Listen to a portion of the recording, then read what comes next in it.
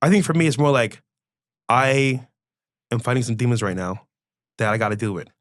And I can't do it alone. Obviously, I need Jesus Christ's help. But it's more like I know I should be doing better. What's up, ladies and gentlemen, boys and girls around the world? I would like to welcome you back to the Real Talk with Zuby podcast.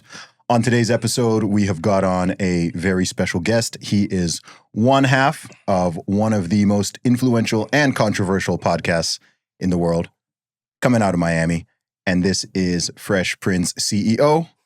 How's it going, man? Your boy Fresh Prince CEO, a.k.a. the Hopper. We're back, man, in Vegas. The sun is blazing. It is hot. But we're here to get some content, and I'm here for you, brother. No doubt, bro. Good to see you, man. Good to see you, man. How's everything going?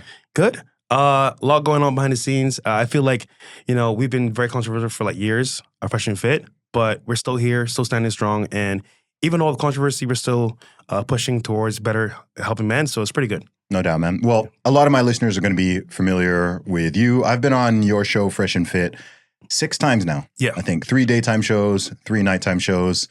But this is your first time coming on the show. Solo. So please introduce yourself to the people. Yeah, so you guys know me as Fresh Prince CEO. I'm pretty much a guy from Barbados. Came here 8 years ago. Want to be successful. Worked my way up from Chick-fil-A to where I am today. And it's more like I wanted to see what I can do myself. I was always like a family guy. My mom would always take care of me, my grandparents. But I had to leave my comfort zone to do better for myself. And now I feel like coming here by myself, I've been able to become a better man, learn about life itself, and the good and bad because, I made mistakes. I'm not perfect, but I love the experience and the journey of being successful. Yeah, no doubt, man. Well, tell me a little bit about the story of you coming to the U.S. because I think a lot of people skip over that and kind of miss it. They see some clips on the internet and they see random viral TikToks or shorts or whatever the case may be, but they don't really know much about you and your background and your story and come up. So there's a movie called Coming to America. I liken it to myself in many ways, but it's more of like a nuance. I would say that for me, it was like, I grew up in Barbados my whole life. I spent my childhood pretty well off, and my parents were doing pretty good. And I was wondering more about life, Small island. I know almost everyone there. I know, what you can do on weekends or weekdays. It's almost like I got bored of my, living environment. We all know that in today's fast-paced world, it's harder than ever to live a healthy lifestyle. Just about everyone is struggling with gut issues, stress, inflammation, fatigue, or immune health issues. Most of it comes down to diet, but getting nutrient-rich food consistently isn't always easy or affordable. With hectic schedules, processed foods, and the rising cost of healthy options, we all need a cheat code as the game of life gets a little bit more difficult.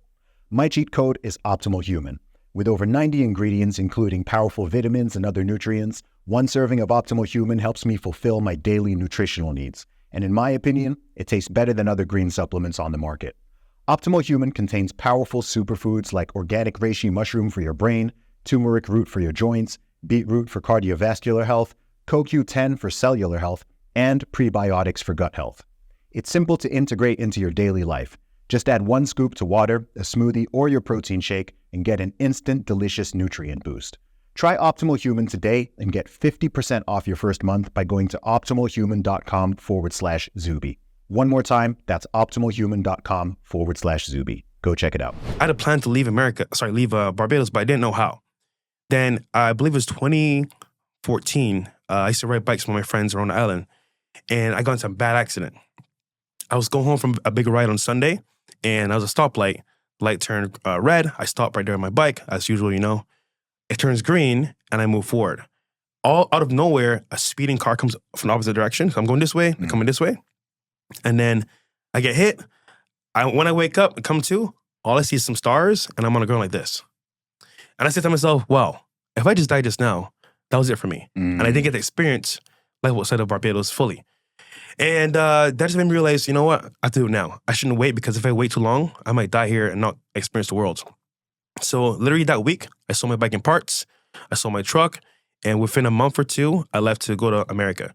Now, people wondering, hold on, Fresh, you're from Barbados. How do you go to move to America so quickly and get things done?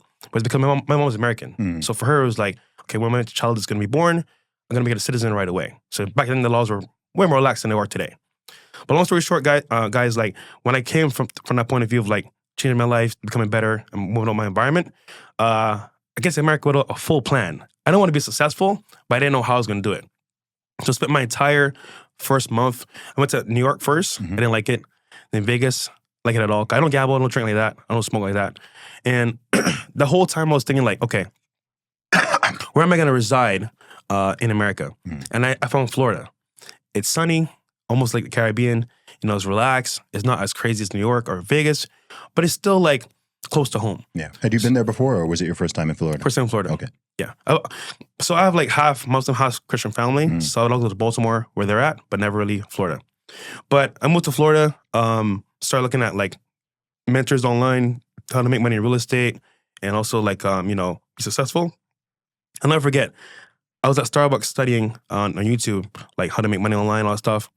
This guy pulls up in a Lamborghini, drop top, you know, black guy, white girl. I'm like, damn, that should be me right now, bro. That guy's pretty cool, right? I thought that was cool. So then I was really nervous. I had a really bad stutter, like super bad, bro. It was like debilitating. Yeah. And I was like, okay, I must have the courage to talk to this guy and say, listen, bro, I don't mean to bother you, but what do you do for a living? So I go to him. I'm shaking right now. I'm like, how's it going, brother? Good to meet you. I'm just curious, what do you do for a living? He's like, I do real estate. I was like, how does that work? He's like, well, to keep it brief, you know, I invest in properties, multifamily, and I do rentals, and I get paid monthly for cash flow. I'm like, okay, sounds easy enough. So I'm Googling online, on YouTube as well, how to get into real estate. I find Graham Stephan, other creators, Bigger Pockets, Grant Cardone. So I'm like, okay, you know what? I know what I got to do. I got to do real estate. So I spent my whole first year in Miami learning about real estate, saving up some money, as much as I could save, right? But obviously, I don't have a job, and I'm looking for employment. So I got a job at Chick-fil-A, where I'm working maybe 25 hours a week. So this is not enough money. Then I got a job at AT&T, where I'm working way more hours, and I could work late night shifts. So combining those two, I made some pretty good income doing both. However, I think, because I was in Pembroke Pines when I first came to America, so the drive was to Boca every day. So can you imagine? I have no car. I have to go to Boca every single day, back and forth for AT&T and Chick-fil-A. So eventually I got a car, start driving there daily. But then I realized I'm getting paid a pretty okay salary for someone that's just coming here, but it's not even close to what I need to make to get into real estate. So I'm like, what do I do next? So I keep looking for jobs on Job Indeed, Monster.com, and I find a job doing insurance. I'm like, okay, home insurance is close to real estate. It's not really the same, but it's close to it. So I'll get into that sector to learn more about it. And I spent a year doing that after leaving those two prior jobs. And I was like, okay, now I'm making the same amount of money I was making from two jobs in one job, but I have more free time. So then I started doing YouTube videos about, you know, what I'm learning from real estate, from all my stuff. And it was me in my car, my dog, just talking to myself, you know, trying to become better. And I said, one day, you know what? I feel like if I put in the work, I'll be on YouTube myself, and I'll be just as important as somebody I'm watching right now. Well, of course, back then, you know, I started a bad stutter. My friends were like, oh, you're not going to make it, bro. And I had a license plate that said CEO Life on the plate. But you know what car it was? A Toyota Corolla. And it had 150K miles on it. Okay. And I was proud because, you know what? I had the license plate, but I knew it was going to be on a Lamborghini soon. Everyone's like, bro, you're not a CEO. You're not going to make it. Just calm down and humble yourself. I'm like, I'm humble, but I want to get there. Yeah. So fast forward now, get a better job in tech. I'm doing support tickets. I'm doing a little coding here and there. And at that point, I could work unlimited overtime. So back in the day, it was always 40 hours, maybe 50, 60 if I'm lucky. And when I heard I was like, unlimited overtime, I'm like, what does this even mean? I'll never forget, my friend Jesse Ramirez, shout out to him. He's from Mexico. I was like, bro, why are you staying after work? You can just go party and have fun right now. Why are you working so hard? He's like, bro, overtime. I was like, what is overtime? I never had overtime before. He's like, brother, this is where you can make extra money for doing the same work. I'm like, what? No way. So my brand is okay, if I want to buy real estate, this is my way out. So I spent literally, bro, a year and a half just doing overtime. Yep. And I would wake up at 6 a.m., get there 7, an hour before, and then stay maybe till 1, 2. How much more were they paying for overtime? Double, triple? Okay. And then on holidays, I think they pay almost a triple. Okay. So it was almost like a cheat code. So they're like, oh, fresh, let's go party, let's go drink some beers. I'm like, nah, bro, I'm focused. So after that year and a half that I did that, bought a property in Wynwood. It's in a popular area in Miami now. And right now the property... What year was that? This is 2019, 2020. Okay. And right now the property is doubled in value.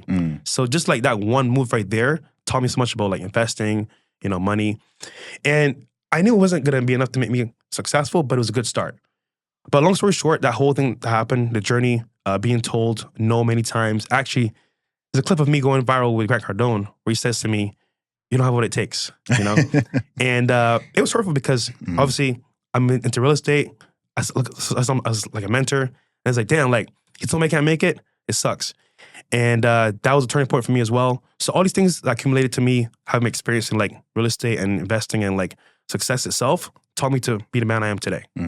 Awesome, man. And when did you start the Fresh and Fit podcast? That was early 2021, is that right? Yes. Yeah. Okay. So basically what happened was, at that point in time, when I bought my property, I was paying rent. I had extra free time from, my job. And as well, I had money coming in. I was just like, So wasn't paying rent, overtime money, and I was doing whatever I wanted to do. Bought a Range Rover. I was living my life a little bit more freely, doing more fun stuff. And then I said, you know what? I'm going to do YouTube seriously now. I have more time and money. So back then, I'd always see these videos go viral online. Those gold digger prank videos, remember? Yes, I do. So I'm like, you know what? I can get a Lamborghini from one of my friends. I can do this. It's not that hard. Yeah. Mind you, my first video was kind of like wonky, but hey, I made it work. Yeah. And funny enough, what was your first video? So it's funny because it wasn't dating. It wasn't even like social dynamics. It was actually like a gold digger prank. So I had seen people online making videos and they go viral for doing these pranks. And I'm like, hold on, you're telling me I can get a Lamborghini, find a girl, and have that interaction, it'll go viral? So funny enough, my friend had a rental company. He had an orange Lamborghini. I got it for the day, went to downtown Wynwood, and I did that exact prank. However, I spent, literally, Zuby, 3 hours waiting for one reaction, which is, hey, you know what? I'm good. I'm going to walk away. And they come back and say, oh, wait, this is your car? I'll talk to you now. It's funny because that interaction itself is hitting so many trigger points of actually like making people have emotional ties, maybe hate, maybe love. So it's a good video to go viral for anyway. But long story short, I did that video. And in that video was two interactions. One was genuine, the very first one. 3 hours I was waiting there. Finally got one interaction. The second one, I said, screw this, bro. There's no way I'm going to be here for 10 hours trying to get this video done. No way. What was the reaction you were expecting or hoping for? So what I seen online is people park their car, girls walk past, and be like, hey, what's your name? I want to talk to you. They kind of shun them off like, oh, just walk away and ignore them, right? And then they come back when they go to the car. It's like, oh, is this your car? Okay. And then they say, okay, I'll get in your car, I'll talk to you, whatever. Bro, literally, man, I don't know what it was, but maybe just me, but it didn't work. I'm just like, yo, just keep walking. They're like, oh, no, I'm good. And just keep walking, right? So then I was like, okay, I'm going to tell this girl, listen. Next girl I talk to is, listen, I'm doing this video for YouTube. You want to be part of it? Cool. And it worked because she was like, you know what? I'm totally down for it. She's played the whole role, whatever. And funny enough, that video went viral on WorldStar, Twitter, and YouTube. Okay. So I realized, okay, hold on here. I can copy the same formula as somebody else on YouTube, maybe add a little twist to it, and it can go viral. I'll do it again. So I did 3 videos like that, back to back, and they all went viral. Now, funny enough as well, I'm in Miami, walking around, I was like, oh, you're that guy on YouTube, there's a gold digger prank. So I'm like, wait, am I actually really viral? So that's the first time I actually saw it being viral and, the effects of it. So that was pretty good for me, that experience. And I said, you know what? If anyone can do it, I can do it as well. So at that point, I decided I was going to do YouTube full time. With the actual aspect of working my job too as well. So I was like, okay, if I can do this multiple times back to back, then I can make it work. Okay. So your first plan with YouTube was just doing prank videos. That was the original plan? Because that's all I knew. Okay. Because I was like, how to go viral, how to get views and clicks. And I mean, that's all I could think of at that point. Yeah. And just timeline-wise, because I know more about your backstory than some people might. Yeah. I know at some point after you came to the States, you got married. And is that the prank stuff, the prank videos, is that after or before or around the same time? I'm just trying to get the timeline here. After. Okay. So this is what happened with the whole marriage stuff, right? Okay. So this is the first time I'm saying actually fully actually on camera. Okay, all right. So back then, when I first came to America, I was pretty much new to how it works. I didn't really understand how things were in the real world, so to speak, in America. But then after my first year of saving some money up, having some actual foundation, I started partying a little bit more, So I would party every weekend with my friends from my roommates. And I met this girl in the bathroom line. And I was like, okay, what's your name? You know, what do you do for work? And I'm like, oh, you're pretty cool. Let's go out. The bathroom line. Yeah, it's random, bro. It's so random. She's with her friend. I was like, yo, you're pretty cute. What's your name? Start talking, whatever. And we start dating, you know? So within that period of time, I wanted to do the right thing. And no rush, no. yeah, so no I was pressure. raised in a Christian family, and I was taught if I'm gonna really date a girl and take her serious, I should be married with her. Because we wanted to move in together, all that stuff. And it wasn't too fast. Looking back, yes, it was too fast. But I didn't want to do the wrong thing and, you know, make it a bad thing. Yeah, I get that. How long had you guys been together? 6 months. 6 months. Yeah. And then you got married after 6 months. Yes. Okay. So, and then I didn't understand as well what it was to date a girl with a kid. Because she had a kid. Okay. So, you know, back then I wasn't watching like RP content like that. I mean, here and there I watch it, but not really like that seriously. And I got into that situation. I never forget, my mom was like, Walter, do you know what you're really doing here? And I'm like, yeah, you know, I like her. She's cool. You know, I'm doing what God wants me to do. So this is fine. Yeah. But I didn't understand what it took to really date someone with a kid. And looking back, I should have looked into it more to see what it entailed because I was not ready to be a dad. Yeah. Or in that case, a stepdad. So I went through that process and I learned a lot about marriage, you know, dating itself, being with somebody long term. And I was like, yo, like, because back in Barbados, bro, I would just like have fun. Yeah. With What did you girls. learn? What did you learn? I learned one, if you're going to be married to somebody, it should be for life and it should be serious. And you should be ready to take on all the responsibilities that come with that, which means either you step up to the plate for being a dad for somebody's kid, or even, for example, just having consistent action to lead to a desired result. And I was more like trying to be successful back then. I was focused on me becoming better. So for me to take on someone else's kid and them was a lot, bro. And I was like, okay, I have a choice to make here. Either I stay on this path of taking care of them, providing for them, being with them, or I cut it and say, listen, this isn't working out. I want to be successful. I can't do both at the same time. Because knowing me, I can't multitask like that. It's either focus on what I need to do right now or both and then never make it happen. So I'll never forget, it was like a year into the marriage. And I was still working at the insurance company back then. And I was in the car late night after work, just saying to myself like, damn, this is my life right now. I want more out of life. I don't want to be stuck in this bubble and in this like marriage and stuff like that. So I go on YouTube and I search in the search bar, dating single mothers. Bro, I found so many videos, but there were three that stood out to me the most. Tom Likas did a radio show back in the day, talking about like women and dating. And I watched so many videos of him talking to people, their experiences. And I was like, damn, that is me. I feel alone in the house. I feel kind of trapped. I feel like it's two against one at all times. It's weird, right? How old was the kid, just out of me? 3 years old. 3, okay. Man, he wasn't a bad kid per se, but you know, it's almost like, it's not my kid, bro. So I can't punish him the how I want to punish him. For example, you underestimated what you were taking on. Yes. Yeah. And I had no idea what it fully entailed until getting into it. Yeah. So I watched that video with Tom Likas. I watched Richard Cooper, Entrepreneur Cars. I watched Solo TV 84. And it was almost like, you know what? This is not for me. I had to break it to her as soon as possible. So literally the next day, I said, listen, I got to talk to you real quick. We sat down. We spoke about it. And she was sad, obviously, at first because she loved me. But it was like, I just knew I couldn't be that guy for her. So after that, we got divorce papers. Did you love her? No.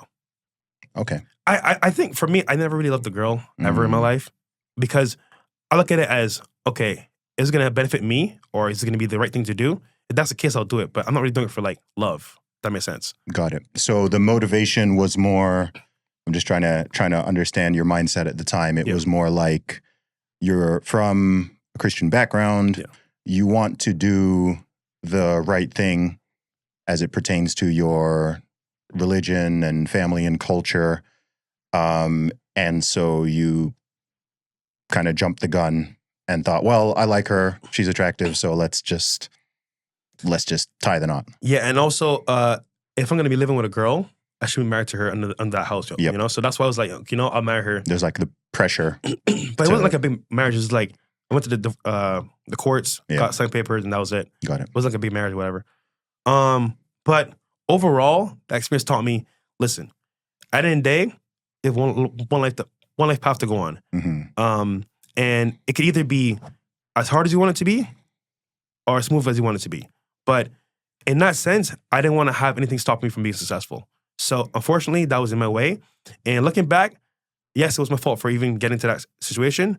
But I'm glad I got out of it, because like if I didn't get out of it, I'll not be here today. Yeah. Okay. So fast forwarding a little bit up to early 2021, your YouTube content changes and you start the Fresh and Fit podcast with Myron. How did that come about? So basically, like I said before, I started going viral on YouTube for the Gold Digger pranks and some other pranks as well. And then I got an interview with Solo TV before. He's like, what do you do for a living? You know, where you're from, all that stuff. We did an interview. Actually, I should probably find that video. It was actually a pretty good video.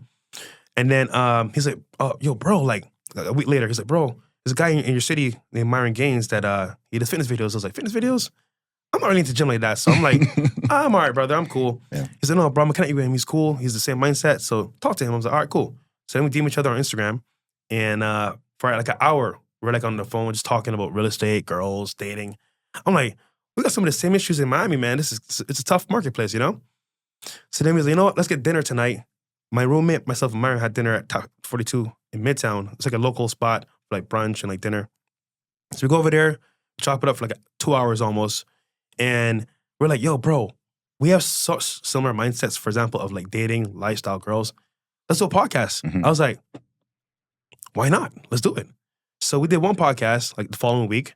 I was at my spot. He was at his spot. We did it virtually, of course. And people liked it. We spoke about dating itself.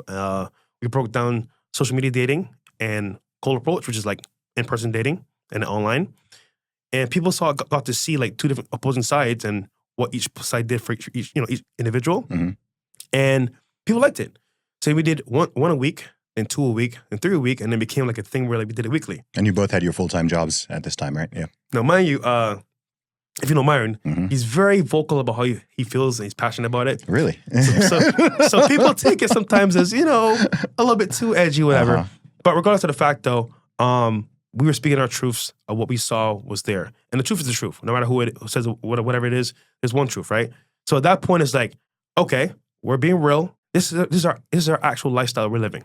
So at that point, it became a thing like where our jobs were like, listen, guys, we get it. You're making content online, but it is a bit not safe for work, so to speak, right? And we had a choice to make. We had Patreon, we had YouTube, and it was like, okay, we're making some money here, but it's not like a lot, you know?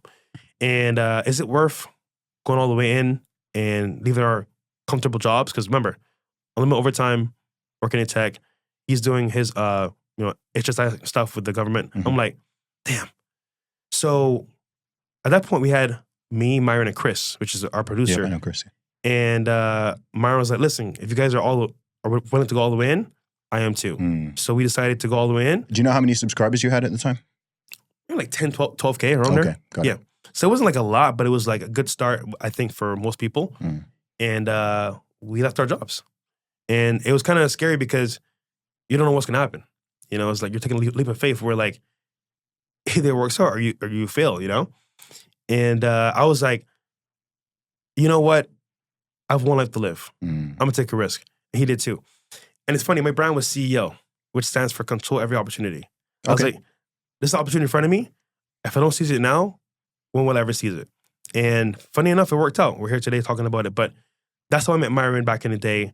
So we started the Fresh and Fit podcast, as you know today. Yeah, all day, no doubt, man. Well, a lot of people, even if they haven't watched full episodes, I'm sure, Lord knows how many people somewhere on the internet and on social media have at least at a minimum seen a clip. I was with some football players yesterday, NBA players, and they were like, bro, I watched it, but I can't talk about it in public.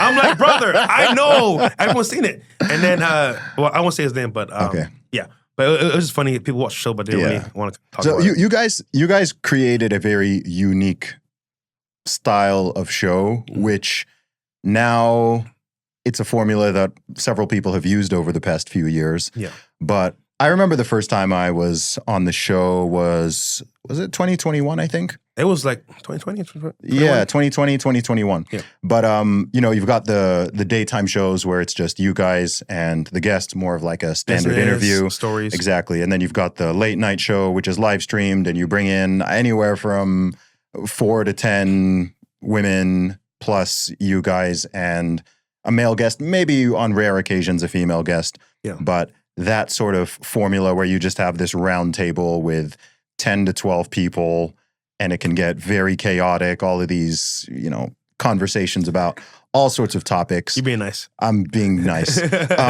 Well, look, there's a range because I think there's a skew that happens on the internet where the most inflammatory and controversial and extreme, for lack of a better term, stuff is what goes viral. Mm. So a lot of times people who just have heard a fresh and fit, their general perception is going to be based on a moment or a few moments that maybe represent 0.1% of the overall content. That stuff like extremely over indexes. Yeah. So it's just like, there's people who don't even know you do the daytime show, right? They think 100%. Exactly. They think, they're not aware of any of the conversations about fitness or wealth building or careers or society, culture, politics, any of that. They're not even aware you guys even do any of that. They think it's just purely Girls. dating, relationships, girls. They think all of the girls are just like OnlyFans or they're sex workers or whatever the case may be. As far as I know, the majority actually are not. Yes. But this is the image that people have. But how did you guys even come up with that concept and format? Because it's pretty weird. So it was random luck. Okay. And when I say luck, it was actually like random because back then we were doing like one-on-one videos, me and Myron, talking about like our experiences in dating. And it was a double date we had late night. We were in Brickell. We had a studio at that time. Late night, 2 white girls. We're just chilling, vibing, whatever, right? And then we actually drank that night. I drank alcohol. I don't drink at all. I was lit. Uh-oh. I was lit. He was lit. They were lit. It's like, yo, like, let's have some fun. Like, let's go back to the studio. I was like, yeah, let's go to the studio. So we go straight to the studio. And then it's like, what do we do? What do we do now? We're lit, whatever. And I was like, you know what, bro? Let's go viral. Let's go online right now on the podcast. I was like, he's like, what? I was like, yeah, bro, let's go live right now. He's like, all right, screw it, let's go. Let's do it.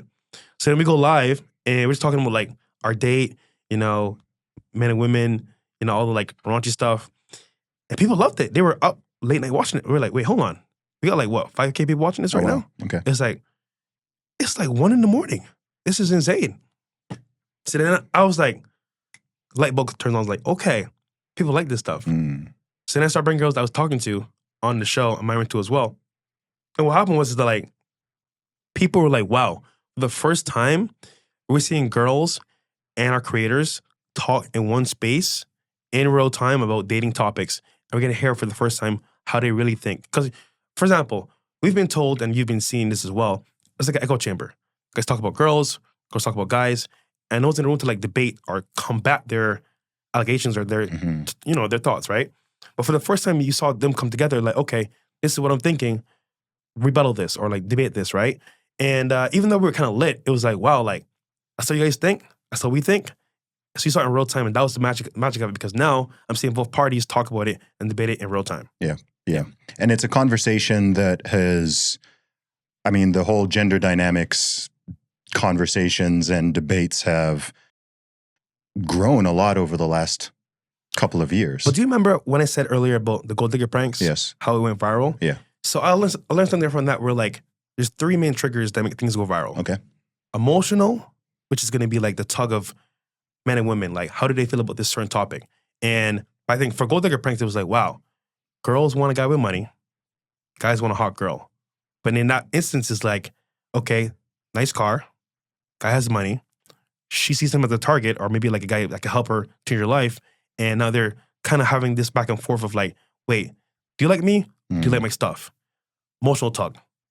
Secondly, it's going to be, example, the lifestyle. Like, okay, as a guy, this is what I want to have. Like, he has it. How do I get that? The girl's like, okay, like, this girl's actually like hot. How do I become that? That's another thing too, like relatability. Yes. And then as well, it's going to be more like, the third thing is going to be like, if you're someone watching content, you want to see if you can even like imagine yourself being a part of that experience. And for most people, it's like, yeah, I've been the nerd in school that was told no my entire life, and then all of a sudden I'm the owner of this company and now girls want me. Like Elon Musk, maybe, for example. I could be wrong, but that, I want to say, those things right there make things go viral. Yeah. So bringing that to the podcast, I was like, the same thing.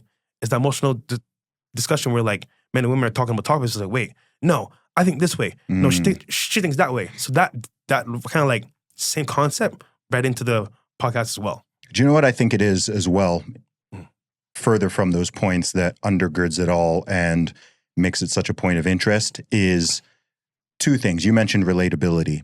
And that is one topic. If you're talking about relationships, mating and dating, that is the most core and primal human, and you could even say animal instinct. Yeah. It doesn't matter where you're from, your background, your status, your anything about you. Every man, virtually every man and woman on this earth has an interest in mating. And so it's unlike something like sports or politics or even aspects of comedy or any niche area of interest, video games, whatever it is. Those all have people who are interested in them. But this is a topic that everybody has an interest in, whether you're married, you're single, you're dating, you're divorced, you're separated, whatever. Everyone has an interest, and also everyone has some skin in the game. Even virgins. Everybody. Like, how to change that? Everybody has skin in the game. Yeah. Right. It doesn't matter your motive. You could be you could be a religious conservative who's been married since you were 20 to your high school sweetheart, and you've got 8 kids, and you have an interest in this conversation. Yeah. You could be the playboy who's just partying and wants to just mess with girls or whatever. You could be a full-on incel. You could be, it doesn't matter. Everyone's got a stake in this, and everyone has an opinion. Yes. Everyone's got an opinion, and in a way that they feel emotionally charged about this topic. So whenever those conversations come up, it's like everyone can participate. You don't need to be, clued up on this particular area. You don't need to be well-researched, and maybe it will help if you are, but everyone's got their experience or their ideas that they can bring to the table. That's why when you're bringing like stats and logic, it's almost like if like you're saying, okay, you have an opinion, but is it factual? And then it gets into the conversation of, okay, at that point, who's telling the truth here?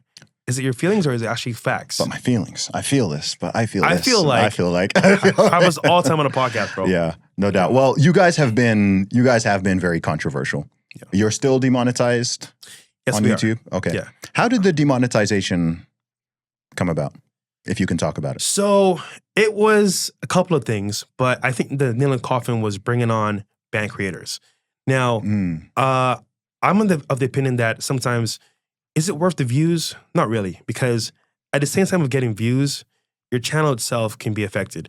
Now, we brought on some other creators that I won't name here, but we went down the path of like more edge, more like, I want to say dark world.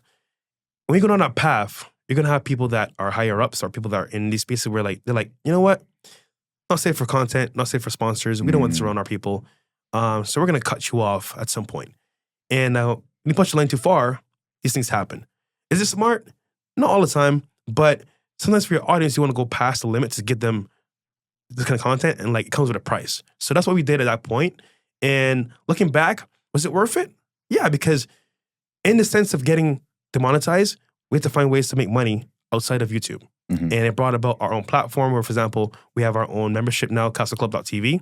We bring on creators, we do Zoom calls, we do meetups, we do brotherhood activities, and that created income for, as well, along with Rumble that supported us as well. So it opened up ways to make money outside of YouTube that weren't there before. And I think even though it happened as a bad thing, it turned into a good thing. Yeah. So now you've been running the podcast for over 4 years at this point.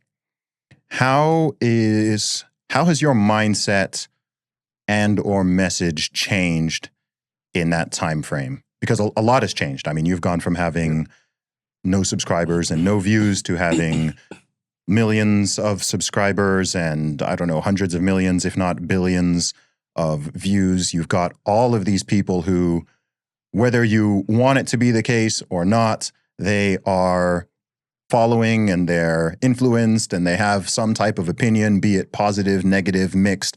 With that comes responsibility. Yeah. Right? With that comes responsibility, and there's a difference between talking to an audience of 100 people versus, oh, okay, there's an audience now of 1 million people. And this is always a question for creators and even entertainers and so on, right? The game changes, the dynamics change when so many people are now listening to your voice. Because if you're a sensible person, you have to accept that level of sometimes responsibilities pushed on you, even though you didn't necessarily seek it out. Someone might be like, hey, I'm not trying to be a role model, but it's like, well, you're just so visible that whether or not you want to be, there might be some people out there who take you that way. Some people might just think, oh, this guy's just an entertainer. Other people are thinking, oh, no, this isn't just entertainment. This is advice. This is everything. This is my new philosophy. So somewhat open-ended question there, but how has your mindset changed over this 4.5 years? It's a very good question. I think a lot of creators, including ourselves, we see it as we're making content, right? And people can take it how they want to take it, but you're right. I think at some point, as a creator, you do become into that space where like you become an influencer, where you can affect people in a negative or positive light. But at the same time, I think for us, it was more like, we're going to give you guys what we find as the truth to be. And once you get that truth, take it how you want. Now, we're not saying what to do. We're just saying, listen, guys, if you want to be successful, you want to have women in your life and be a man of honor, a man of integrity, a man of value. Here's things that we have done ourselves. And if it applies to you, take it and run with it. Okay. If not, can I interject? Yeah. And I'm not trying to do like I'm not a. This is a friendly interview. It's not a gotcha. I just like to drill into certain things because you guys do give advice sometimes, right? Yes. So I don't think it's honest to say you don't give advice because you give plenty of advice. From my own perspective, I think some of it is good, particularly lots of the stuff as it pertains to real estate and wealth building and investing and mindset and the importance of fitness, taking care of your health, men being stronger, adopting personal responsibility, all of that stuff. There is some stuff where I'm like, ooh, that is bad advice. Right. So, for example, not coming from you specifically, but, Myron saying like, a man should sleep with at least 50 women before, considering either it's settling down or getting married or something.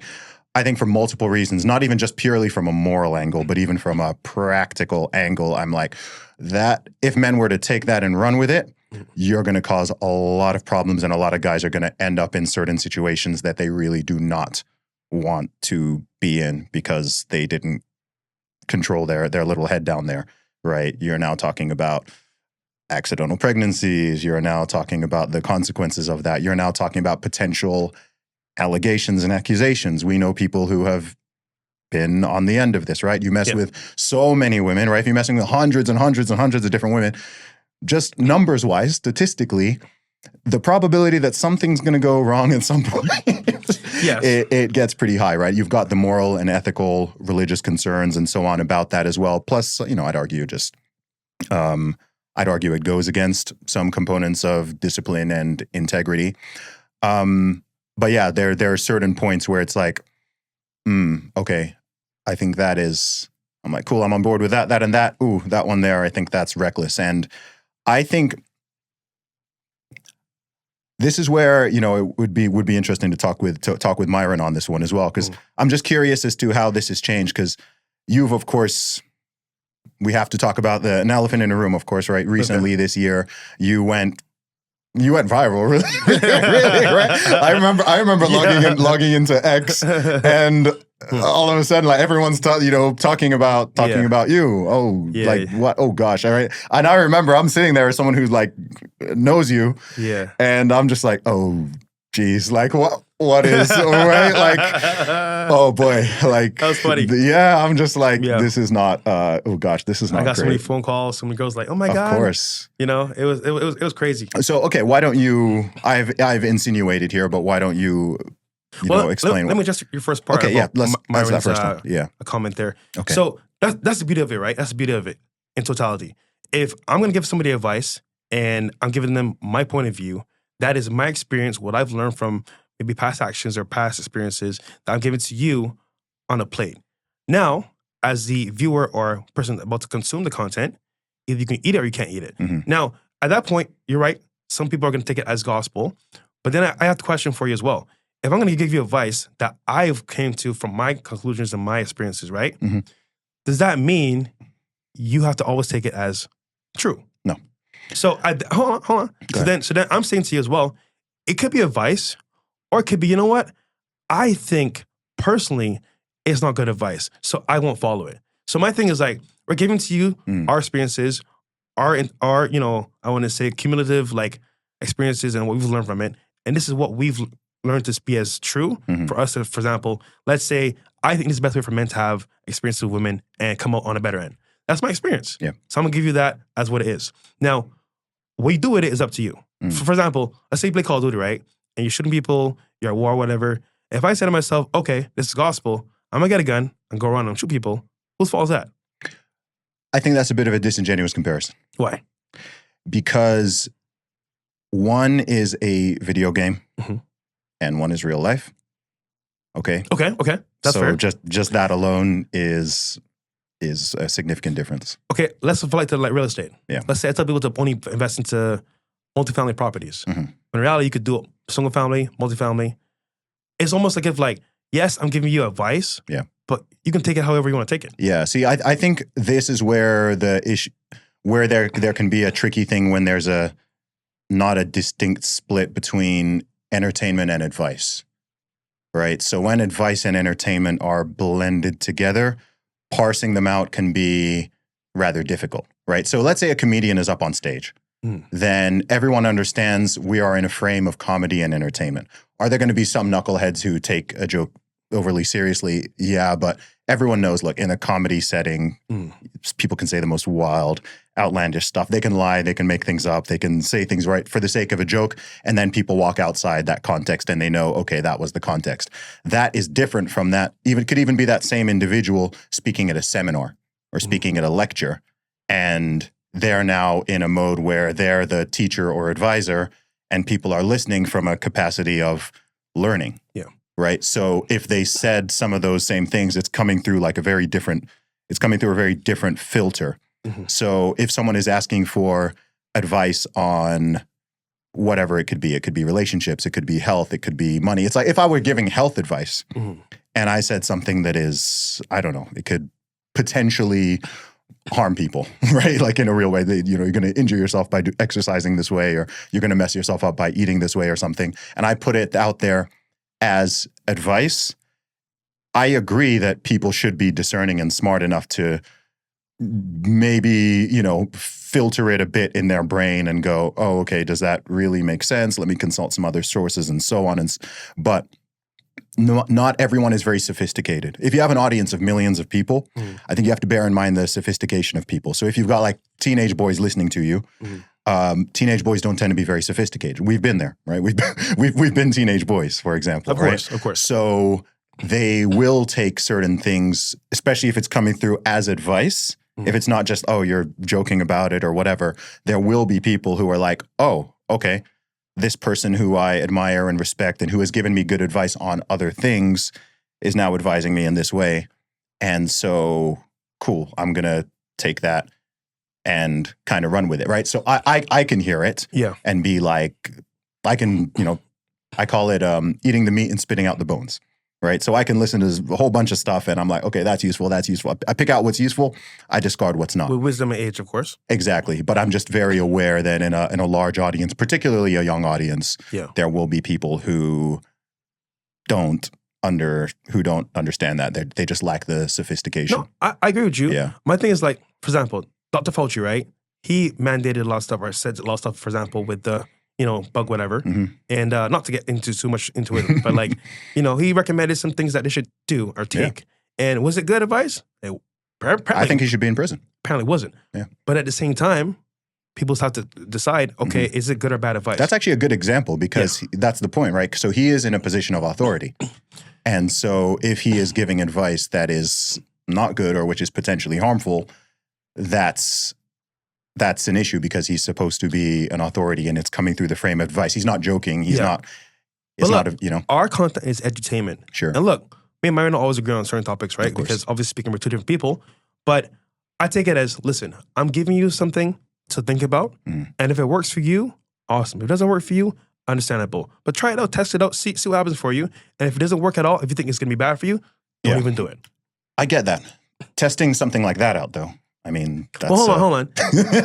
I would hope you have the knowledge or, I want to say, wherewithal to protect certain things. And if you don't, hey, we're human, things happen, but at least we gave it to you in a way, hey, you know what? Think about it, look at it. By the way, do you know why I wanted to go into this as well? Yeah. Is I mean this in the realest way. I've done a lot of podcasts with you guys. Like I've hung out with you guys, and by the way, like in private, I have defended you guys a lot.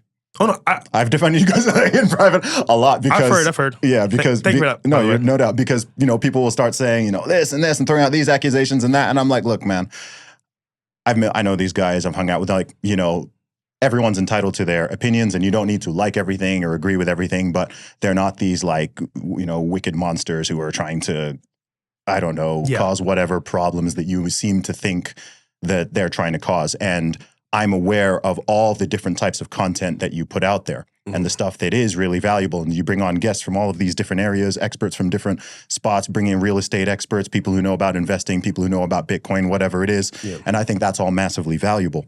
My honest view is I see all that, and then there are just like certain things, like a minority of the content where I'm like, this is crazy. No, it's not just that it's crazy. I'm like, I think it undermines a lot of the good because of the way the human beings have a negativity bias, right? So if I say 10 true things and then I say one thing which is like an outright lie, people will be like, he's a liar, right? The lie is the thing that sticks out. The thing that people take an issue with is the thing that sticks out. And it's also the thing that's most likely to go viral. Yeah. So the visibility, you might be thinking like, oh man, like we've done this and this and this, and we've helped all these young guys, and we're getting messages from people saying, hey, you've helped me make more money. You've helped me get in better shape. You've helped me get a girlfriend. My marriage is going better because of you, right? Because people, again, have this idea that, everyone who listens to your show or everyone who's in that space, they all hate women and they hate marriage and they're, trying to push this and this and this. It's like a straw man. But I think that straw man gets reinforced when it's made easy for them to like point to certain things and be like, well, what about that? Like, right? You see what I mean? People will harp on certain things, which I understand are going to be the pain points. But I think like overall though, like, if that's going to be the case, then we all have our, bad takes. And at that point it's like, okay, is anybody perfect in the content world? No. For sure. No one is. So yes, we get good and bad takes, 100%, everyone does. But my thing is like, does the good outweigh the bad? And I would think yes. At least for most good creators, like at least like we're giving you stuff that can help you apply to make money, have women in your life, actually have a better lifestyle yourself.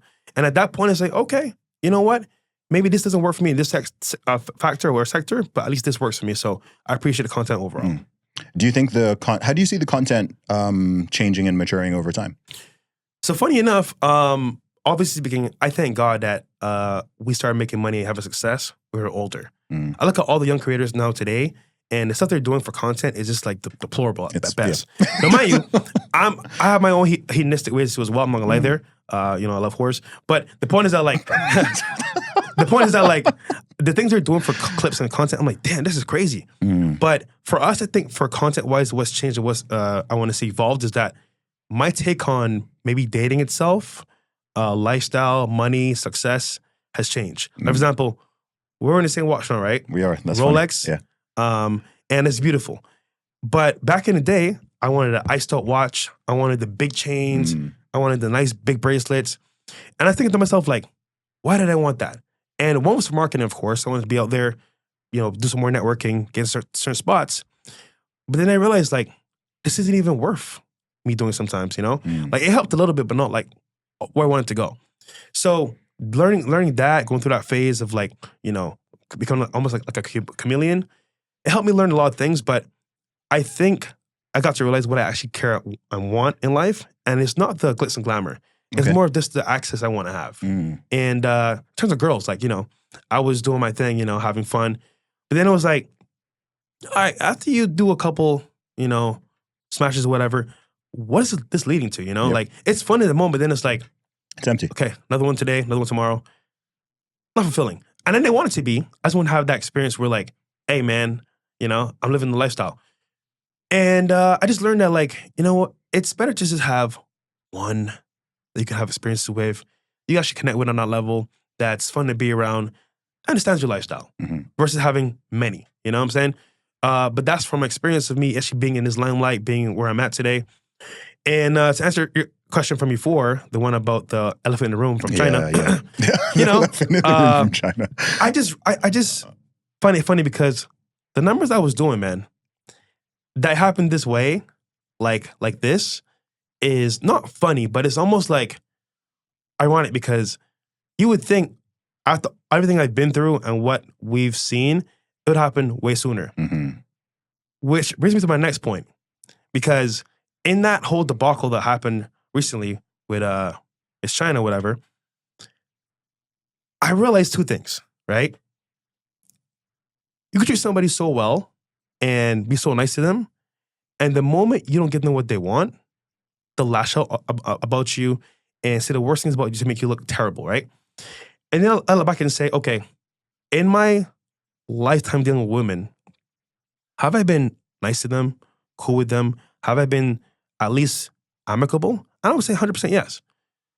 But this time, I didn't see not giving her what she wanted. I can remember, I was only with her for like 15 days, right? I was for 15 days in total. Through that whole experience, 15 days in total. Okay. Obviously, we spoke on WhatsApp here and there. But 15 days in total, I got to see who she really was. And when I found out that, like, actually, you're hearing this for the first time, bro.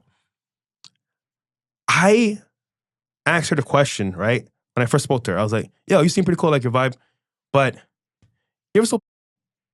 And she was like, no, I never so.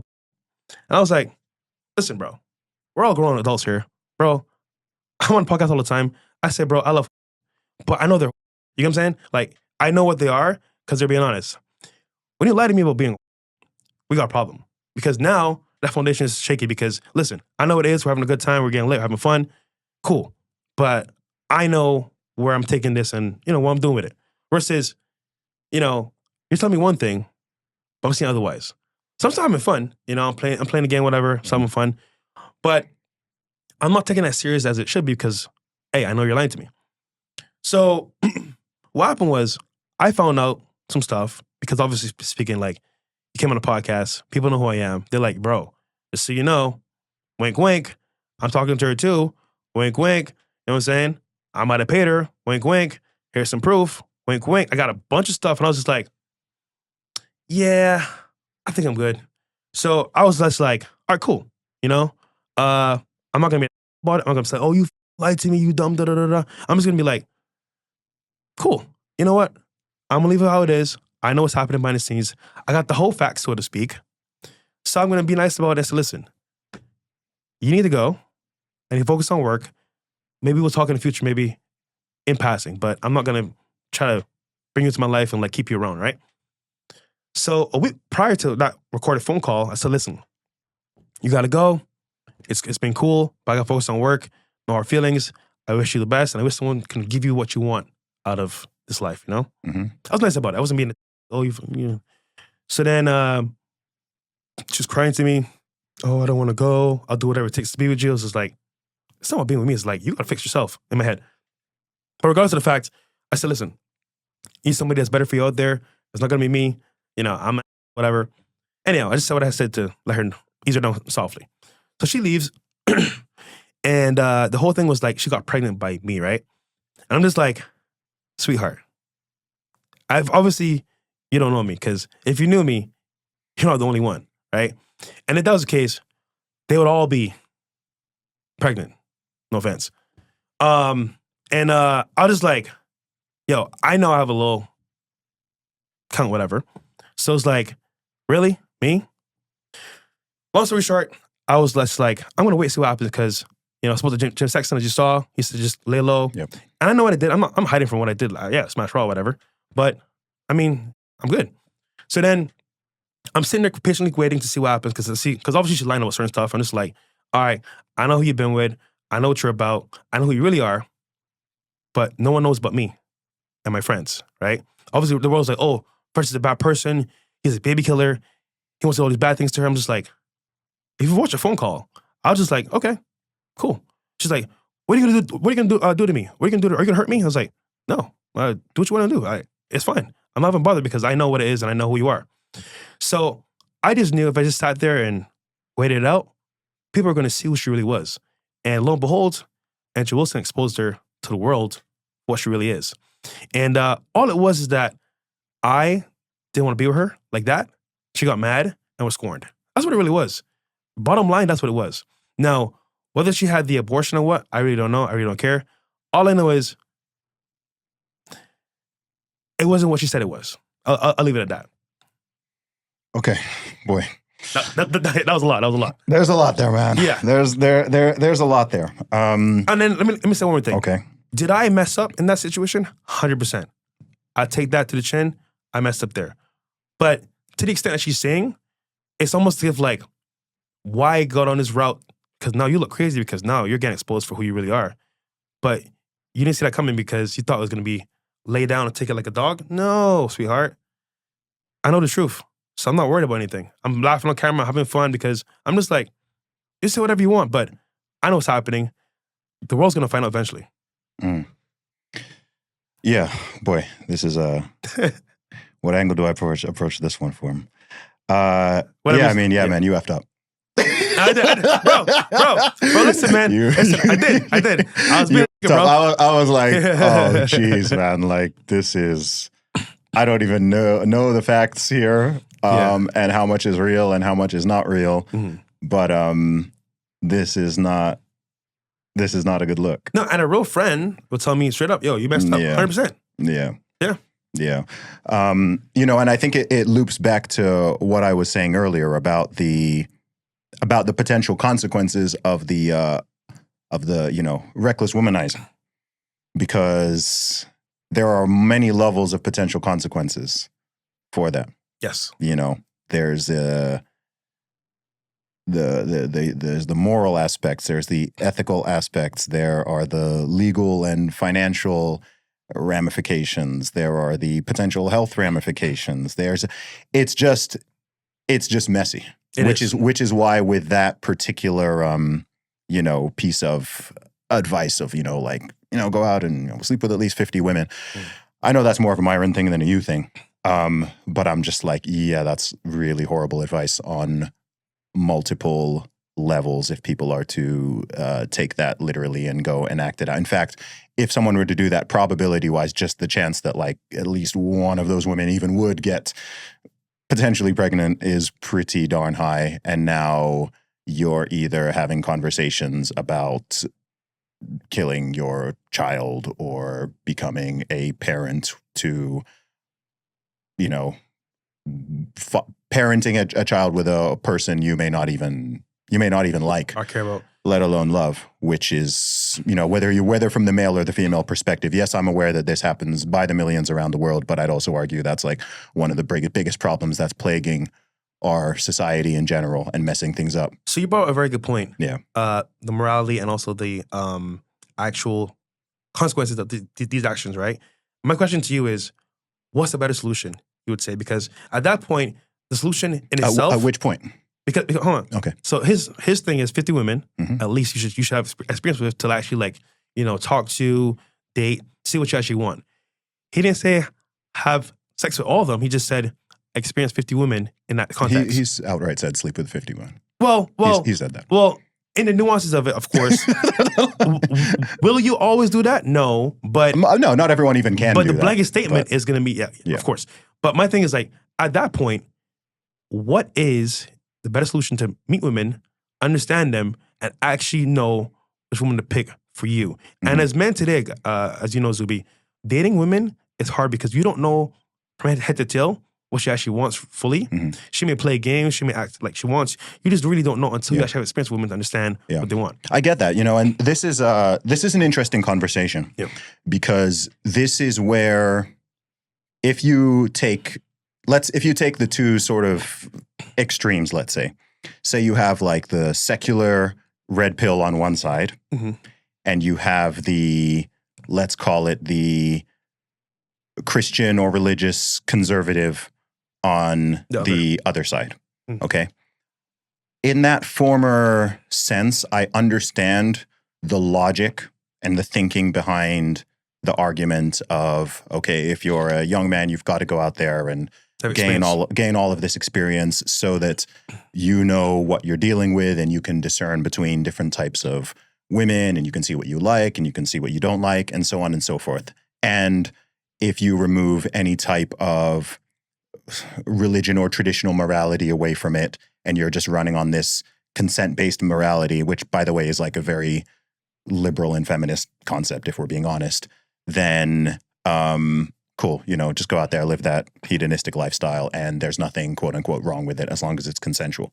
I can understand the frame of that thinking, and then you've got the complete opposite end. And I think that these worlds sometimes, firstly, there's a lot of middle ground here, but I think they often miss each other, because there are certainly a lot of people who are, I don't like to use the, let's just say the tradcon, right? Let's just say pure traditional conservative, could be Christian, could even be of a different faith, could be Orthodox Jewish, whatever the case may be, right?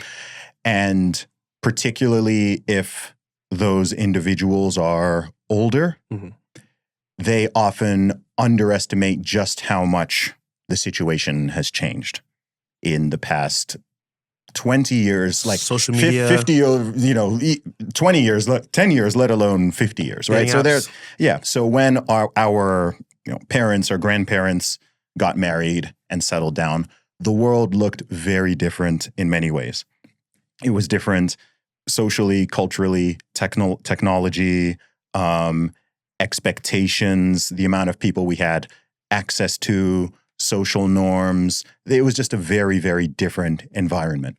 And so do those basic lessons and principles, and certainly the ethics and morals, I think those are universal and timeless. However, people are dealing with a new challenge, right? If you take a 20-year-old man or woman in America or in the UK or in Canada, any Western country, and they're now currently in the dating and mating environment, it is not the same as it was for their parents or their grandparents. And I think rough. Right? I know. And I think that's massively underestimated by people on that side, and they don't really want to go into the weeds of, okay, well, what about social media and dating apps and like, Can I add real quick? Go ahead. You brought up my situation, right? And 50 women that Myra mentioned, right? Could you imagine if I married that woman?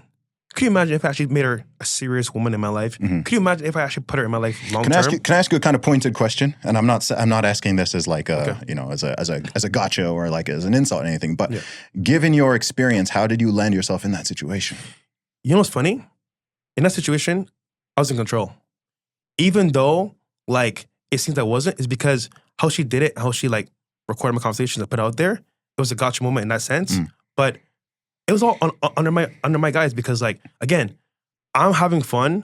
She's just accompanying me on my fun stuff. And it's not like I'm like wifing her. It's just like I'm like having fun with it. I'm not really like taking her that serious. So in that sense, it's like, okay, I'm having fun here. I understand what it is. I'm not delusional. But why invite a woman like that into your life in any way, shape, or form? Bro, I love whores, man. See. What does that mean? People forget, bro. No, hold on. Okay. People forget, right, that I am not Myron. I understand what I like. I know what I want to get into. Right? So yes, am I playing a dangerous game of messing with?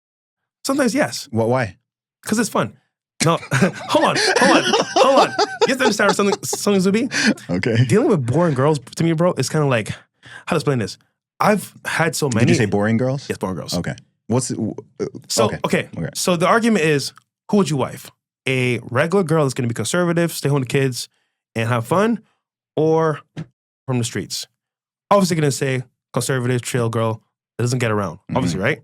Which I agree. That's what I would want. But right now where I'm at, bro, I just want to have fun. Because obviously speaking, I was married before, I had good girls in my life. I just don't want that right now. Don't you think you sound kind of like some of those young women on your podcast? No, hold on. Okay. Hold on. But here's the big difference, right? Okay. I am doing it on my terms, and I understand the ramifications of all this happening. So yes, I did mess up 100% by even dealing with a woman in the first place. Yeah. Granted, though, like in the same instance, in the same breath, you ask me the question, how could this happen to you if you're so versed on women? And my thing is like, you're right. This one time here where like I didn't see it coming for going to this extent to try to expose or something, expose whatever. I didn't see it happening. I completely was caught by that. But remember, I was only with her for like 15 days in total, right? So obviously I'm talking to her, gauging her like body language, how she's moving, and I'm seeing certain things. I'm like, yeah, nah, that's not cool actually. Yeah, nah, that's a little shaky. I told her to leave. Remember, if I didn't have this experience at all, I'd be like, I'm gonna go over the ride. I'm gonna get her that apartment. I'm gonna stay with her and marry her long term. I would have been totally destroyed at that point, right? Yeah. But I caught it and I deaded it right there. So even though, yes, I did fall into that trap of even being in the situation itself, getting rid of her and getting her out of there, if I didn't have the Noah fall, I would have been completely destroyed. So I think, yes, I did mess 100%, but the level that I was actually messed up wasn't that catastrophic in that sense. That's what I would say. No, is it right? No. But dealing with that's it can happen to anybody. Yeah. So why? I mean, I'm curious. You've said multiple times on this podcast that you love, and you like dealing with. My new name is the Whisperer, apparently. Okay, but I'm not saying it's a good thing because I've actually had a change of heart because you know, my mom called me. She's like, "Listen, you know, I'll always have your back." You know, my friends call me, and it's like, is it worth it sometimes? And sometimes it's not, because in the same breath of it being fun and exciting and not fulfilling, it's almost like if like you are playing with fire. Yes. And at any point you can get burned. And in this situation, I was burned by her. Now, did that affect me mentally and physically? I would say yes, because I was like, you know what? I'm taking a break. I'll take a little break from dealing with women like that. Yeah. And it's more peaceful. But to be frank, the excitement I get from is it's funny, bro. It's funny, bro. but I'm saying this to everyone out there so that they can learn from my mistake, is that, yes, just understand, if you do it, you might get burned. Yes. Not physically, but, you know, from either... I think the Bible has some warnings about that. Exactly. So men have clearly been dealing with this for thousands upon thousands of years. And I'll never forget the story of King Solomon, the wisest man in the Bible known to date. And he had the entire kingdom of Israel under his control. God gave him wisdom, understanding, gave him the best knowledge a man could ever have or wish for. And it just took one woman to destroy his kingdom. Yep. And he had 1,000 women, wives mixed between concubines. I just think in that moment for myself, I made the mistake. I take that 100%. And moving forward, what I'm going to do is have fail-safes where this can be avoided. And the best way to be real, Zuby, is to have one woman that's not a in your life. That's the best way. Hey. Fresh is all about that monogamy game now. Well, hold on. I didn't say no, but I'm getting to that point. I'm working towards that point right now. Yeah. Look, I think what's interesting is, you know, there's different ways like lessons can be learned, right? Yeah. And so there's the direct experience, and then there's, you know, sometimes, you know, you can just read or hear about something and that's sufficient. There is seeing other people's mistakes and going, okay, I'm not going to do that. And then there's also going through it yourself personally.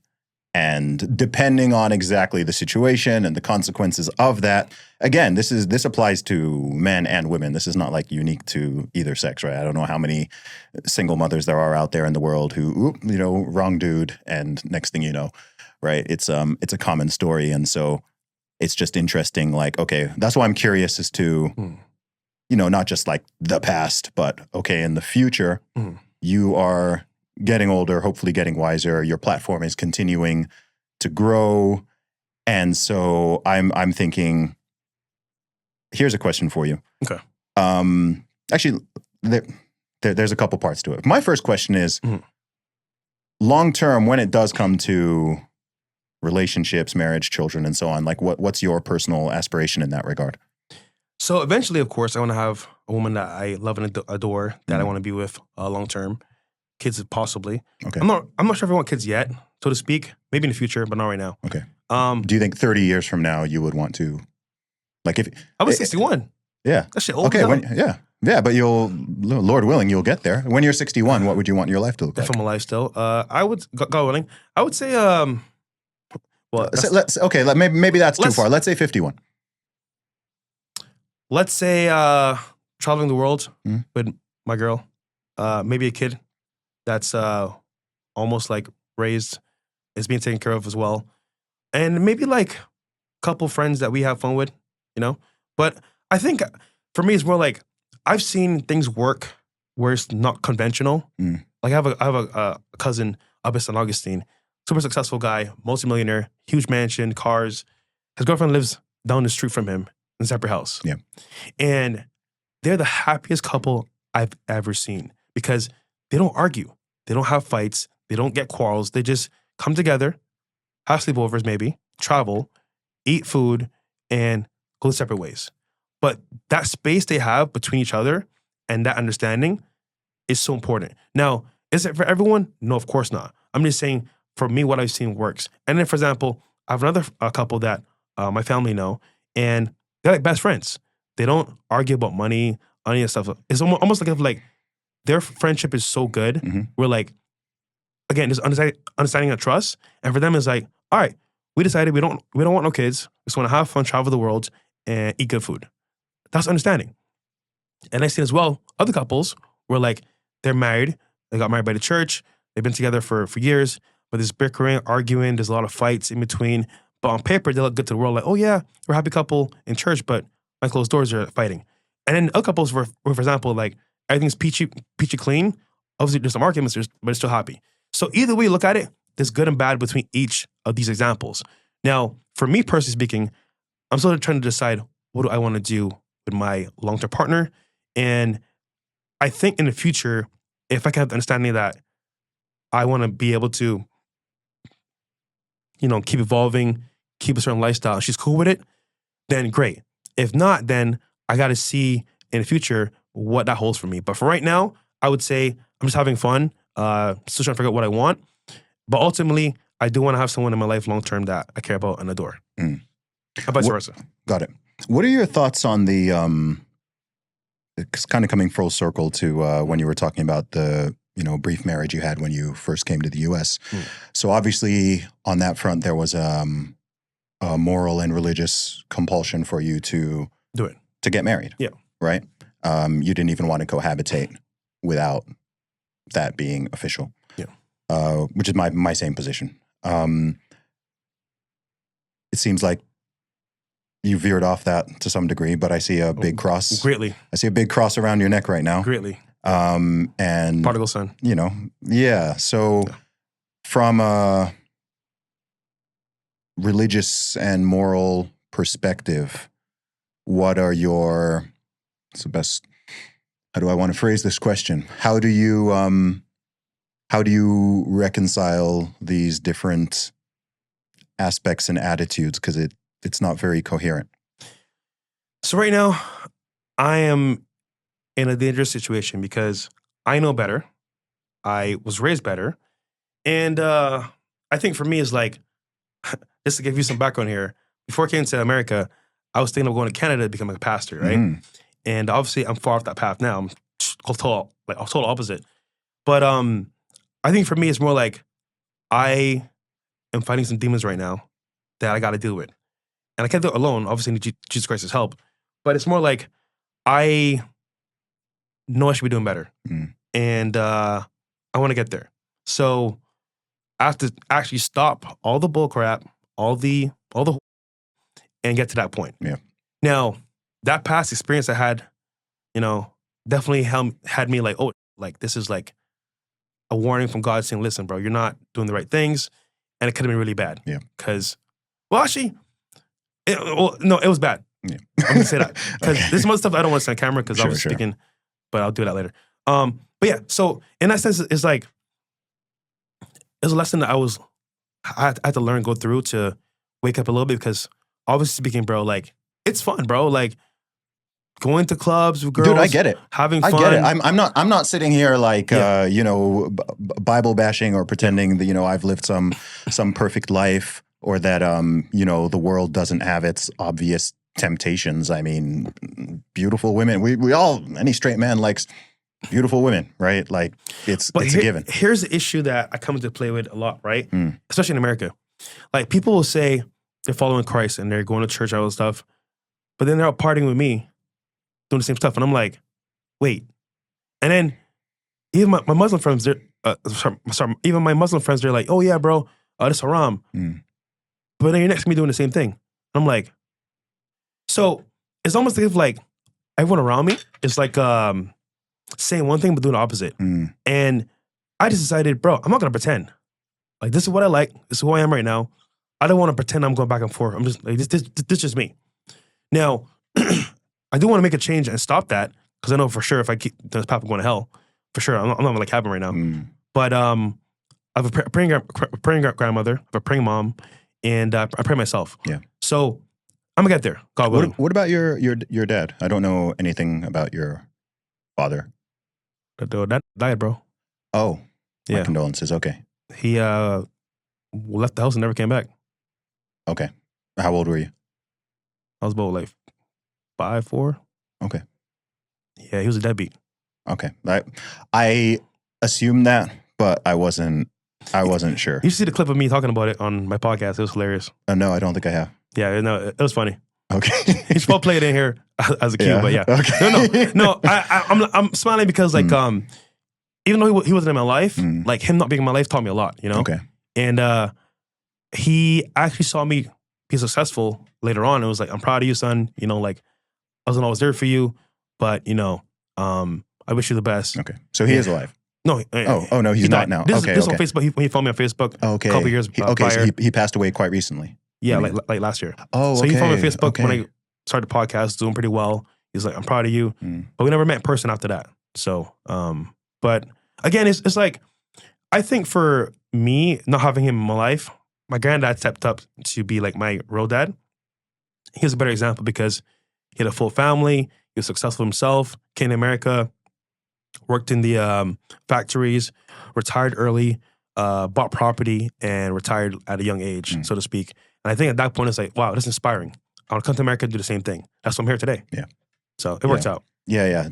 Where do you see the we've kind of touched on this, but where do you see the future of obviously you think a lot about male and female relationships and dating and marriage and all of these things. It's like it's one of those things that used to be, it's become way more complicated than it used to be. This is the point I was making earlier where people, a lot of older people in particular, massively underestimate the complexities that young people are dealing with, right? They kind of look at it and just, what are those young men and women doing, right? Why don't they just, couple up and get married and just do it, right? But they're everything from, the costs, whether it's buying a house together or the cost of raising children or, trying to find someone who shares your values, or just the fact that a lot of young men and young women are like, oh, I don't want to get married yet. I want to party for a decade, or I want to have fun, or I want to prioritize my career or my education or whatever. It's just changed. And then you throw on top of it Instagram and like all of these different apps and ways people meet each other. You throw in dating apps. Like it's all just a giant mess. And humanity's never been here before. Like we've literally we've been in all sorts of weird situations as a species, but this combination of factors For the first time. This is just brand new. We're still kind of, there's the old model and there's the tradition. Let me not call it old. There's the traditional model and thinking and morality and way of doing things, which still very much works and still produces the best results overall if you're talking about communities. However, even for the people who aspire for it, it's harder to do. Even for the people who are very much like, hey, I want to just do the normal, traditional way of doing things, it's harder to do because there's fewer people who want to do that. And even if you find that, there are just barriers. There's financial barriers, economic barriers, social and cultural elements that are all working against you. Yeah. Exactly. This is why so many people are kind of like, hey, well, there's this whole other secular and hedonistic world and culture where you can just dive into that and participate in that. And long term, it doesn't seem to be making a lot of people happy. Maybe there's like a small percentage of people who truly, they're like, yeah, that's all I want. Yeah. And they're truly satisfied by it. But in my observation, it's a very small minority of people who even do that. People tend to chase it. And then after a while, they have some type of epiphany and they're like, okay, maybe these people over here have a point. Yes. So that's a very good setup for me because I agree with you 100%. And I think for us as individuals, men and women, there's no trust. I think what happened maybe with government propaganda, TikTok, social media, it's created a world where like men and women have no trust for each other. It's always like, what do they really want? What's the backstory? What's the agenda here? And as a result, women have become independent, where obviously feminism and also the media has pushed them to be independent of men because you know what? I can't trust a man, so I'll make my own money and become the man I want, I want to date. And for men, it's like, well, if I work this job, they make all this money, I'm still going to be lower than them, so I'm just going to settle for like this average job or maybe like them taking care of me because it's easier that way. It's too hard right now. So we got both genders doing the exact opposite of each other. And in the Bible, it says, in the last days, men will become women and women will become men. And it says as well, wrong will be right, right will be wrong. So it's almost like if like the world's flipped on its head, and now both genders and both, I want to say, societies are kind of like the opposites. Which leads me to think that like right now, there's no going back because we're too far gone in the opposite direction. And I'm not the best Christian right now. As you can tell, Do you consider yourself a Christian? No. You don't? Not right now. Because my lifestyle, what I'm actively doing, knowing better, I'm not. Just me being honest. Yeah. But from what I've read in the Bible, from what I understood, is like, we're not going backwards. We're only going forward. And we're preparing for somebody to come, a.k.a. the Messiah? Well, yes, but before that, Antichrist. Oh, so okay, yes. It can't be better because before he comes, it has to be worse. So people are arguing, okay, here's my advice on how to change things. Sorry, brother, how's it going to change? You might change some people's mindsets in the minority, but the majority are not going to change. And in that aspect, that's admirable. I appreciate that. But I may be a little bit doom and gloom, but I just understand the end picture.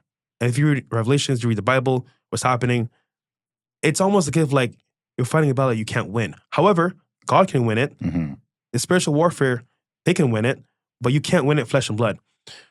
So I think for dating and actual people coming together and the long term of things, it's not going to change and become better. It's going to become worse. The only way I can see it changing or you having that maybe immediate benefit as men and women is like, excuse me, you have the same mindset.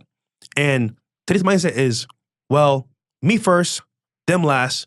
If they don't do what I want, I'm gone on to the next. And with social media, it makes it very easy to do. Because if you're a girl and let's say you got like 30, 50 guys hitting you up, well, if Tom doesn't do what I want him to do, Gary will, Jerry will, David will. So I don't need this man. I'm going to divorce him and we'll just move on. And the system itself supports divorce, supports you leaving your husband or whoever your spouse is because you get bored. Or you know what? I'm not happy anymore. Or maybe I just feel like we grew apart. We grew apart, or it's mutual. We both want this. When in reality, the husband's like, please stay. I don't want you to leave. Yeah. So I said all that to say that like in this conclusion here, it's not going to get any better. So your best bet as a man, I would say from my experience, my advice is understand you yourself can't change anything. Only God can. Because you're fighting flesh and blood. It's a spiritual warfare with your spiritual self, the mind you have, that you can't fight physically or try to scheme about it or combat it like in this way. The only way is to have somebody with a similar mindset that is looking towards God as the solution. Without that, it's almost like you're playing like a never-ending game of chess, thinking you're going to win, and you won't ever win. So at that point, it's just like, you got to understand it's not about you and what you think, it's about what God has envisioned for you, and that's the only way you can ever combat this in real time before the Messiah comes. That's what I think. That's deep. And if I'm going to be frank here, when it comes to religion itself, I think religion is a good foundation, but America itself has turned away from religion completely. And you got churches bringing in gay people as pastors. That's crazy. I get that. I would push back against it completely because I think there's always a tendency for people to state things in the most absolute terms, right? I'm fully aware of, look, there are too many churches. One church that's waving a pride flag and bringing in a drag queen or whatever. One is too many. realistically, you know, vast majority of churches are not doing that. They're not going woke. They're not waving pride flags. They're not doing that. None of them should be doing it. But I think there's a temptation for people to be too absolutist to the point of doomerism and just be like, oh, well, all of the churches are captured and the whole thing's just gone and it's collapsed and all of the morality is just gone. It's like, no, it hasn't. I mean, if that happened, then gosh, like this country will get very, very dark very quickly. We spoke earlier about what's going viral right now. Yes. A woman has said on a street interview, hawk to her, spit to her, whatever she said, right? And the whole world is galvanizing saying, this is America's sweetheart. So you're telling me that a blowjob reference has captured the hearts of people so much to say that this is not America's sweetheart. Come on, bro. At some point, I get it. Not every church is bad. Churches aren't all bad, but the majority that speak out are showing us to be like that. Here's the problem, right? I think there's still hope in the churches. Yes. The problem is they don't fight back. They just sit there and take it and say, well, we don't like this. We won't talk about it on public eyes. We'll talk about it in the church. They need to be more bold. Dude, Muslims, they fight back. Bro, I live in They Dubai. don't chill. Yeah. Us Christians, we just sit there and be like, turn the other cheek. Bro, well, guess what? Back in those days, they fought back Yes. with the word. So it's like no one wants to be in this limelight for fighting back because you can put a target on your back. And I think the church itself has let these other churches that are not following Christ at all become the center point of, oh, that's Christianity. So it's not about doom and gloom. It's more like what people see is that. So let's say, for example, I'm thinking about getting into religion or becoming, more religious. I look around, I see Muslims. I may see like, Judaism. I may see all these religions, right? And then I say to myself, okay, which one has a stronger base that is not hypocritical? Is Christianity even in there? Barely.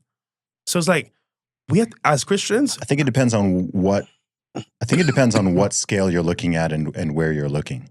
You know, I think obviously we're in the States right now, and you know, as an American, there's going to be a U.S. bias. Maybe not even just a U.S. bias, but like a big city U.S. bias, right? You're spending a lot of time in Miami, Las Vegas, L.A., New York City, and so on. These are some of the most godless places in the entire country. Yeah. Whereas if you go to certain parts of, say, like the South or the Midwest, or what people call the flyover states and area, I think people would have a very different perspective because what they see and perceive and the way people act and behave, it is very different. And I think if you look globally as well, if you look at other nations, if you're looking at other continents, if you're looking at Africa, parts of the Middle East, if you're looking at, I mean, it's interesting. So I even hear just people generally in the West saying that like religion is declining. The percentage of religious people around the world is increasing. It's increasing. It's not declining. But it's just that in what religion though? Christianity and Islam. But okay, Both of them. number one. Islam is growing faster, but Christianity is also growing pretty quickly. It's just not happening in the West. In the West, Christian adherence is declining. So I think I want to say, by about 2060, I believe that 40% of the Christians in the world will be in sub-Saharan Africa, something like that. Wow. And also you have to consider birth rates because people in the West and in, economically developed countries, they're not having a lot of babies. Whereas, where my family's originally from in Nigeria, the average is still 5. My brother, do you know the way? I know the way. Yo, sorry. Before this interview, you mentioned a movie. Could you tell the audience about that real quick? Or what's happening with the birth rates and also as well, like that movie you mentioned? Yeah, sure. I was talking about Idiocracy, which is a movie made by, I believe it's Mike Judge. This is a multi-decade, thing came out in the 90s. And the premise is basically lots of the smart, well-educated people. You see them at the beginning of the film. They're basically like refusing to have kids. They keep putting it off. Prioritizing career, prioritizing education, prioritizing familiar, right? money. Yep. And then you've got these just low IQ people. Trailer trash. Yeah, quite literally, it's quite literally in a trailer trash, and he's just knocking up all of the women. And you see the family tree on the two sides. So one of them is just staying with the two people, and then actually one of them dies. So it goes from 2 to 1, and the other one goes from 2 to 4 to 6 to hundreds and hundreds of people. And then fast forward into the future, there's like an extremely low IQ population. And there's this guy from the past who's just like an average guy, but he's now basically a genius compared to everyone else. And so, yeah, it was supposed to be a work of fiction, but if we're not very careful as a species, it's going to end up becoming a documentary. I think aliens have a big factor in the coming revolution. Okay. What do you think? Tell me more. This is kind of off topic because people are looking for something to save them. And for years, we've been brainwashed with movies about aliens and other beings, superheroes of supernatural powers that come to save us or help us move humanity forward. And Elon. there you go. And I just think something's going to happen where like some major event happens, maybe with a UFO or alien that comes, so to speak, to save our generation or save our race. And people are more open to it now than ever before. Because back in the day, it's like, aliens? Oh, you're crazy, you're psycho, whatever. Something's wrong with you, you're a lunatic. Now it's more like, wait, are they UFOs? Like, did I just see one the other day? Wasn't there a sighting recently on the news? I don't know, but there's a lot of them in the past couple of years. They don't call them UFOs anymore. They call them UAPs. UAPs. Yeah. I'm just curious to think, well, to hear your point of view. What is the actual, I want to say, future of maybe like the economy of people, for example, having hope in somebody else saving them, you think? Do you think it's going to be government, a man, an alien? Do you think it's going to be maybe God? What do you think? Well, I mean, I'm a Christian, so I think if you're putting your faith in a ultimate savior other than Jesus Christ, then that's not going to go well for you. Yeah. I would say that if people start looking to the state or the government or an alien or something to become essentially a messiah, then Joe Biden. you are. Well, at that point, you're essentially creating a new type of religion if you're believing in it that deeply. And I do think a lot of people's religious impulses are just being replaced by other types of ideologies and isms and schisms. I think extreme, feminism in its modern era is essentially a secular religion. Yeah. All of the woke stuff, wokeism is a secular religion. All of the climate change, alarmism, and obsession is a false religion. There's a lot of things that people are sort of latching onto because they still, of course, have the religious impulse as human beings, but they have denied God and denied anything traditionally religious, but then they just fill in that hole with some other type of ideology where they find their meaning and their purpose and their sense of morality and their worldview and their right versus wrong and their in-group versus out-group. And I think this is just the way human beings are. So, yeah, I don't think it would be fruitful. The government is certainly not going to save people. I mean, since when has the government been in the business of saving anyone? Almost never. No, the government are the greatest perpetrators of atrocities and mass murders all throughout history, and that continues to this day. At best, they get out of your way and don't infringe on your rights too much. At worst, they become full-on tyrannical and genocidal. Control. So, yeah. So I think if people are putting their faith in any sort of politician, let alone the whole governmental apparatus, then they're naive and honestly, they're stupid. So, Zuby, who are you going to vote for? Trump or Biden? I'm not American. Oh, yeah, you can't vote. No. Okay, let's say you were going to vote. Who'd you vote for? Is that a serious question? The guy who can finish sentences. The guy who can speak. Yo. The one who doesn't have dementia. Yo, I saw a tweet when someone said, Joe Biden bodied Trump. I'm just like, what? Bro, in what universe are you talking about, bro? Like, that was, listen, bro. I got to stutter, but that was on some other, I don't know what he was on, bro, but that was wild, bro. He was like a different world. Like, dude, he's 81. He's 81, and you can be 81 and be sharp. Yeah. But by that age, a lot of people are experiencing significant cognitive decline. Understandable.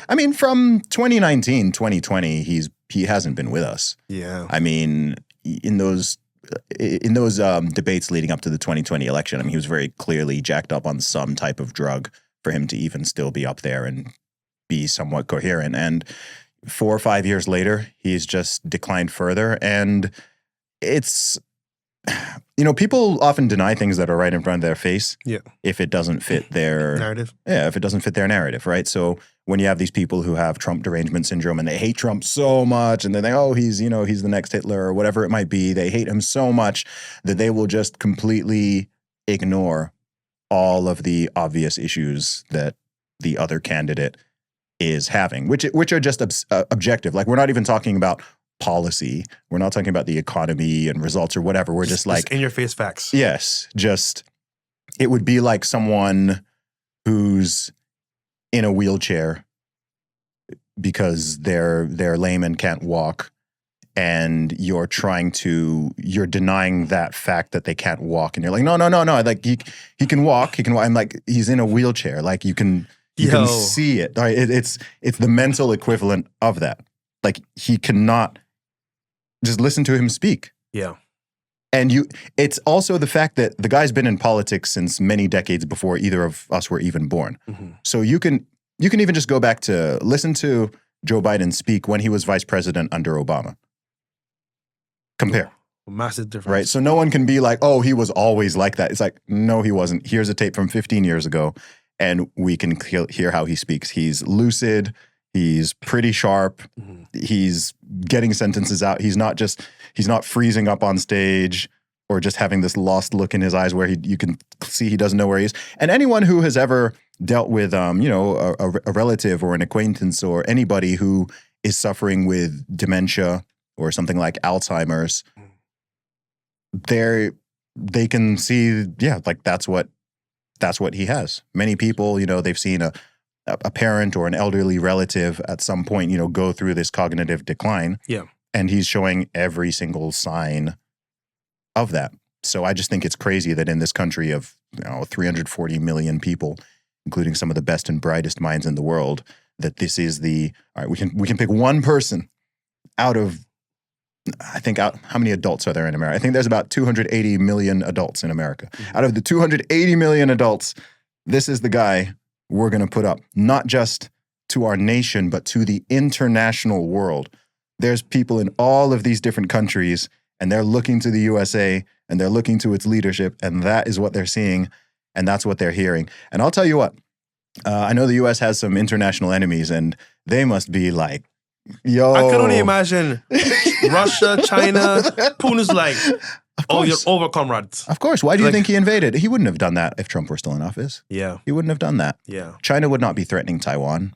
Yeah. If Trump were still in office. Some people won't like me hearing that, but it's just, they wouldn't. They see the weakness. They saw the terrible pullout out of Afghanistan. They're seeing all of these guys every single day. They're just like, oh, okay. Like, it's sad, bro. I have a question for you, though. Please, Speaking of go people ahead. that have like good speech and good speakers, Elon Musk, right? You did an interview with him. How'd you get that interview, bro? And like, what was it like interviewing Elon Musk? I just asked him. He follows me on, it was Twitter X. at the time. Now it's X. Mm-hmm. But I think he started following me February 2023. He started replying to my posts in 2022, and then he started following me. I was like one of the first 300 people that he followed, and he slid into my DMs. So he messaged me. Damn, he's a player, huh? He hit you up first. I like that, man. He messaged me and was asking for some feedback on some things regarding to Twitter. So we started chatting in the DMs, and I was just like, hey, I've got a podcast. It's called Real Talk with Zuby. I'd love to have you on it sometime. If I know you're busy, but I'd love to have you on it sometime in the future. And he just wrote back, sure. And I was like, great. So I found out, cool, where you're going to be, just general timeline plans. And then it was just a matter of logistics. So when I was next in the States, I just messaged him again and said, cool, I'm in the US for, next few weeks. Let's try to make this happen. And then in June last year, I went out to San Francisco, got invited to, Twitter headquarters. And we sat down and made it happen. The interview was actually late. It ran from we started about 9:30 p.m. and then finished after 11. But yeah, man, he's cool. I like Elon.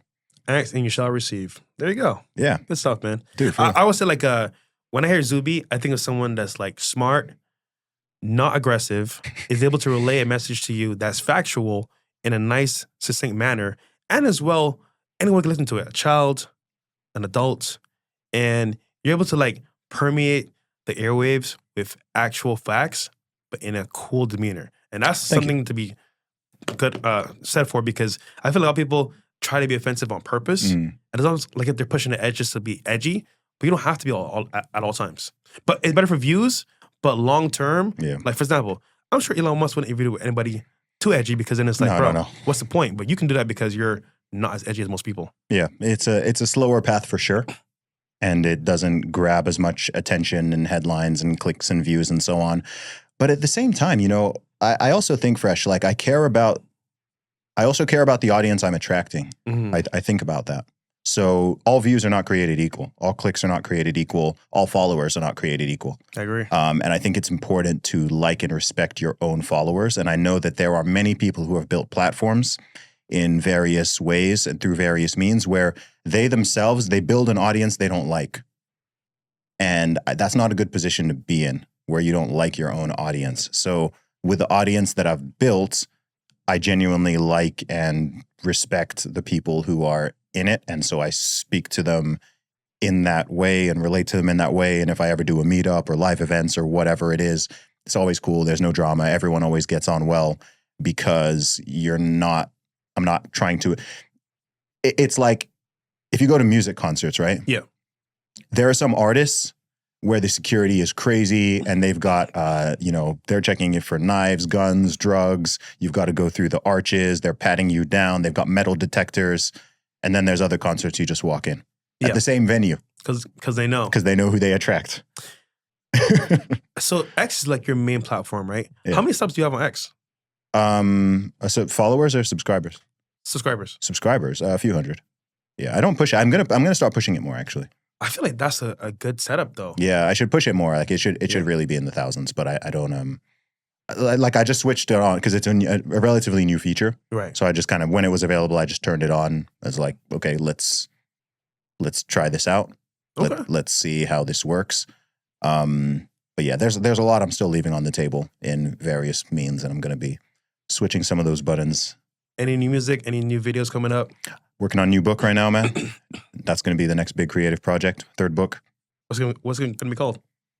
I don't think I've ever released this. I don't think I've ever said this publicly. The working title is Uncommon Sense. Uncommon Sense. Damn. Winning in the Age of Victimhood. Did you call it A Fresh Awakening?